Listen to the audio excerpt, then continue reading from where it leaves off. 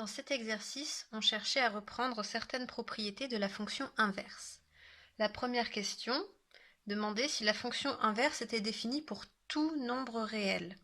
Ce n'est pas le cas parce que dans le cours, on a vu que le domaine de définition de la fonction inverse exclut 0 parce qu'on n'a pas le droit de diviser par 0.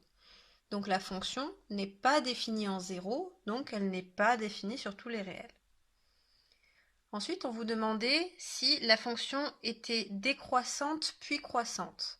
Alors on a vu qu'effectivement sur le graphique de la fonction inverse, on a deux courbes.